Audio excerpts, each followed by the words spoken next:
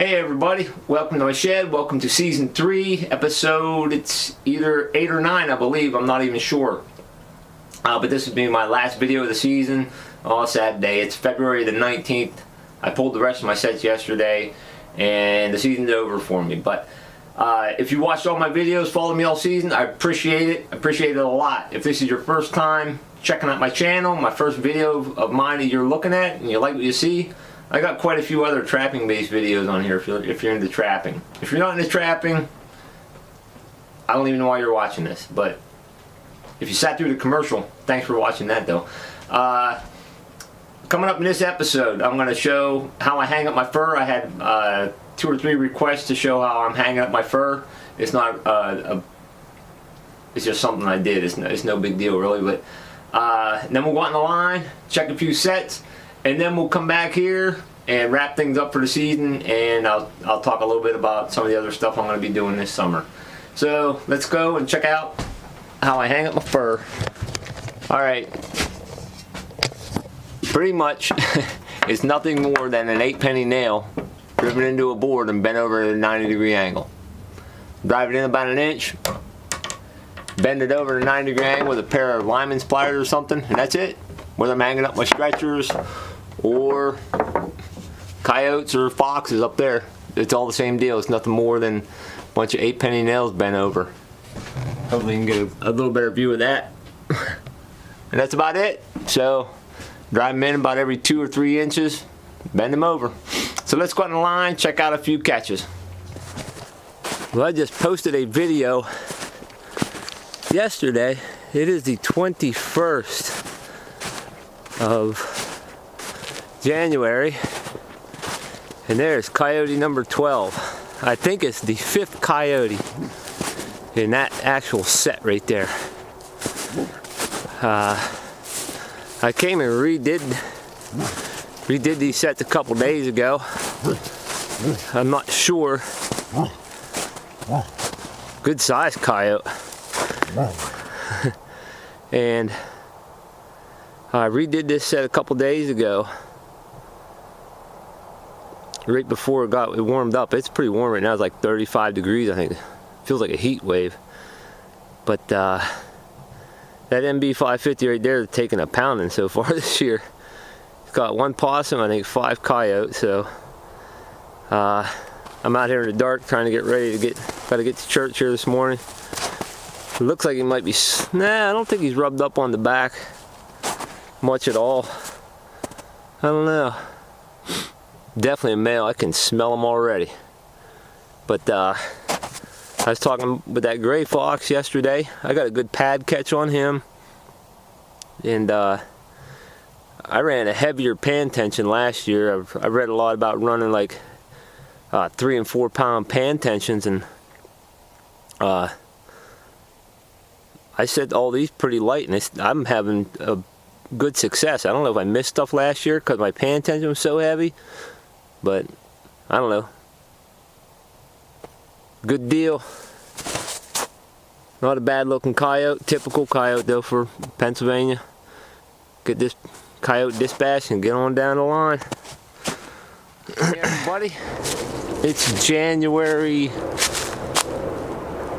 good question, 23rd maybe, 23rd or 24th, but earlier this morning, just a couple minutes ago actually, I just released a possum right down there, and then walked up here, saw that this trap was flipped right out of its bed, and couldn't figure out what was going on there. And then I looked over here, and I got a big old coon, pretty good size one too, so hopefully it's a big boar coon. I'm gonna get this guy dispatched. Got a nice front foot catch on it there, MB550. So fur looks really good on it. Doesn't look rubbed up at all or anything for late January. So I'm gonna get this guy dispatched, and I'm gonna come back here later and fix these 2 sets up. I also have a little urine post right up there. And that's where I caught one in the red fox earlier in the year, but nothing's been there lately, so I'll be back here later remaking this set. So got a nice coon late January. And yeah, the fur looks good. Looks like a good size one. Alrighty, well, here's my finished product. Just like that. Done in 20 seconds. No, not really. But this one measures 33 inches from the tip of the nose to where I pinned it off here. So it's just a little bit smaller than the boars. Like I said, it was a female. And here's the coyote I caught a few days ago. I mean, it's got some pretty thick fur up here.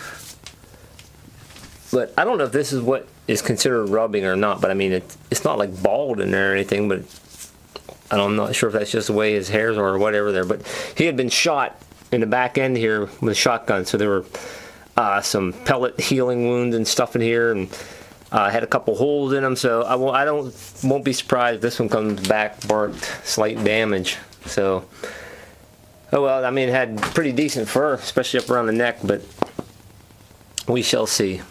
But coon's nice and prime. The fur was really nice, and there were no rub marks on it or anything. So I'm hoping she's good to go. So just like an inch shorter than the other ones I caught. And there's the last gray fox I caught. He's probably about ready to come off those boards, so. Still catching a few things. Thanks for watching again. Good morning, everybody. It is the 29th of January. And I'm still picking off a few coon.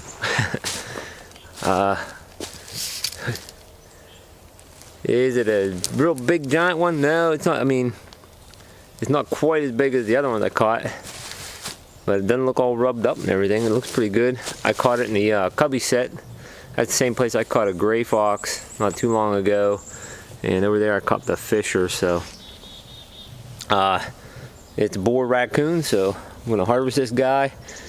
Got a real deep catch on a hind foot catch there. So fur looks pretty good on him, really. So hopefully it's as good as the last several I caught. So, all right, I'm gonna keep moving on here. It is the 1st of February, and got myself a decent-looking gray fox down here in a cable restraint. I can see his foot tracks right here, heading right down there. And this is the 3rd gray fox I've caught in cables. Crap! I got a hind catch on him. Wait a minute. Oh, that's amazing. Now this I was not expecting. I know why I got a hind catch on him now. There's my fox cable right there. That's the cable I had set for a fox. This is basically just an old trail that hunters put down here through some goldenrod. I put a fox cable right here with like about a 5-inch hole, pretty small hole. And then down here, this was a cable set for coyotes. And it had a big old hole, so now I know why I got a hind catch on him. And it's got it in that 1x19 cable. I'm really, really surprised at this. It's a big gray fox, good sized gray fox, but I can't even believe that he didn't go underneath it. That's amazing. I can't even believe I caught that gray in that set. That's hard to imagine. Because it was literally 10 inches off the ground at least. Strange. Maybe I got my cables for grays too low. I got mostly about 6 or 7 inches off the ground. Maybe they're jumping over top of them, for all I know. I might move a couple up. Oh well, I'm gonna get this guy taken care of and move on down the line.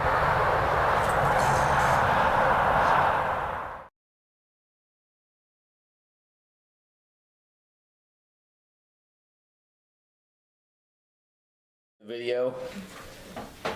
Make sure that your animal is completely dispatched, because that gray fox was not. And got a nice hole here in my boot, and I got a nice hole up here in my boot.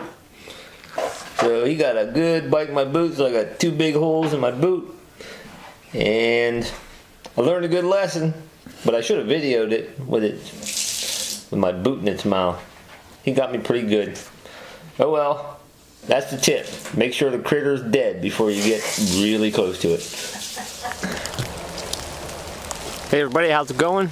It is February the 16th and only a couple check days left, and I was really just out here to stay legal checking my traps. It's been pouring down rain all night. Didn't really expect anything to be out moving, but right there's where I caught a fisher earlier in the season. If you watched all my videos, it was a smaller fisher and you saw me release it earlier.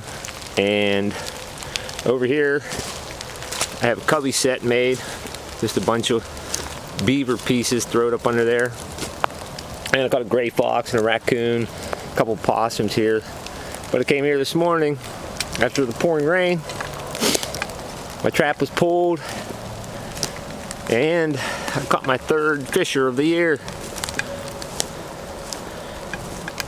He didn't make it too far. Got about 8 feet of chain on a grapple there, so that's my third fisher. Good size one, probably not quite as big as the one that I caught in a cable restraint. Nonetheless, he's pretty good size, so I'm gonna get him released, and it should be a lot easier than the other one. So I'm gonna get my camera set up here and get this guy released.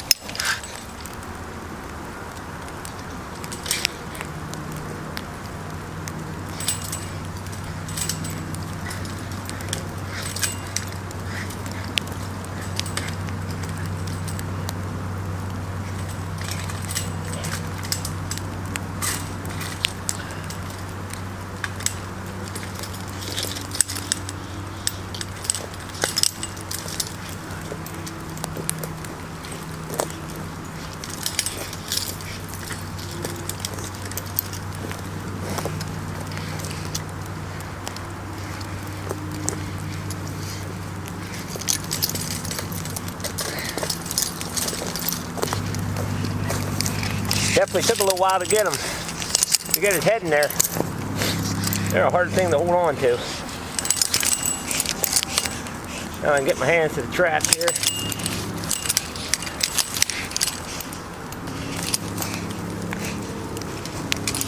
I think. Yeah.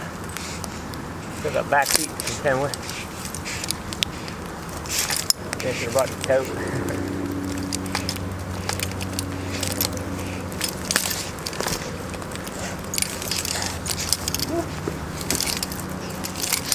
Hey, what's up?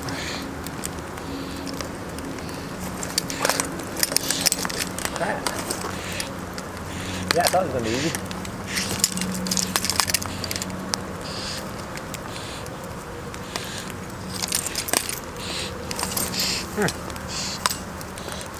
Not as easy as I thought.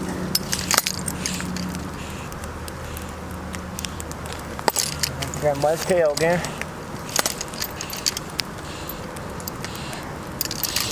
The problem is there's 3 other claws here.